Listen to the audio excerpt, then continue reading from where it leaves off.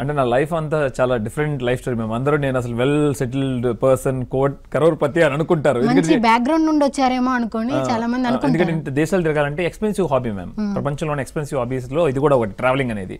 నేను చదువుకుంది చాలా మందికి తెలియదు. షాకింగ్ విషయం ఏంటంటే 8వ తరగతి మ్యామ్. ఎగ్జామ్స్ కూడా రాయలేదు నేను. అవునా? ఎందుకండి? నేను మా నాన్నగారు ఆర్థికంగా దెబ్బతిన్నారు. ఇక నేను చదువు మానేయాల్సి వచ్చింది మ్యామ్. ఇంట్లో సపోర్ట్ చేయాల్సి వచ్చింది. నేను అంత బాగా చదివేవాడిని కాదు. ఫీజు కూడా కట్టలేని పరిస్థితి. అప్పటికి 2 సంవత్సరాల ఫీజు కట్టలా. ఒకసారి ఏమనకుండా 7వ తరగతి 8వ తరగతి పుష్ చేయించారు ప్రిన్సిపల్ గారు.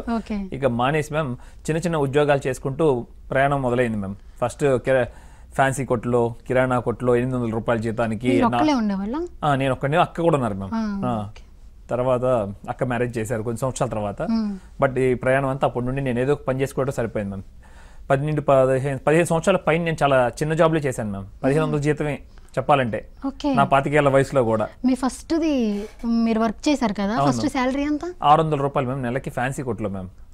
5 కిలోమీటర్ సైకిల్ వేసుకుని వెళ్ళేవాడిని, మళ్ళీ 5 కిలోమీటర్లు వెనక్కి వచ్చేవాడిని మ్యామ్. అట్లా నా 12 ఏళ్ళ వయసులో స్టార్ట్ అయింది మ్యామ్ నా ప్రయాణం. అట్లా పని చేసుకుంటూ సాగిపోయింది ముందుకి. ఒక నాకు 26 అట్లా వచ్చేలోపు ఇది కాదు జీవితం, ఇట్లాగా బాగాలేదని చెప్పేసి ఏమీ లేదు మ్యామ్. ఆర్థికంగా ఏమీ లేదు. నాకు ఒక 1500 రూపాయలు వస్తే జీతం, 200 రూపాయలు నేను ఉంచుకునేవాడిని నెలకి, 1300 ఇంటికి పంపించేవాడిని. దానే జాగ్రత్తగా అమ్మ నాన్న ఉపయోగించుకుని వాళ్ళు సర్వైవ్ అయ్యేవాళ్ళు. అక్క అట్లా గడిచేది మేము జీవితం. నిజంగా నేను చేసేది ఆంధ్ర మెస్లోనే కాబట్టి వాళ్ళే భోజనం, వాళ్ళే షెల్టర్ ఇచ్చేవారు. ఎక్కడ చోట పడుకుని ఎక్కడ చోట తినేవాడిని ఆ రెస్టారెంట్లోనే. అట్లా సాగిపోయింది మ్యామ్. ఇక వద్దని చెప్పి ఇలా జీవితంలో ఏదో సాధించాలని చెప్పి అప్పుడు కూడా అనుకోలేదు మ్యామ్. ఇంకా బెటర్ లైఫ్ కావాలని చెప్పి బయటకు వచ్చేసాను మ్యామ్. నాకు చదువు లేకపోయినా కూడా నేను సత్యం థియేటర్లో వర్క్ చేశాను చెన్నైలో. అప్పుడు 10,000 ఇచ్చారు మేము జీతం. కరెక్ట్గా 7 సంవత్సరాలు అట్లాగా, అదే 10 years బ్యాక్ అనుకోండి.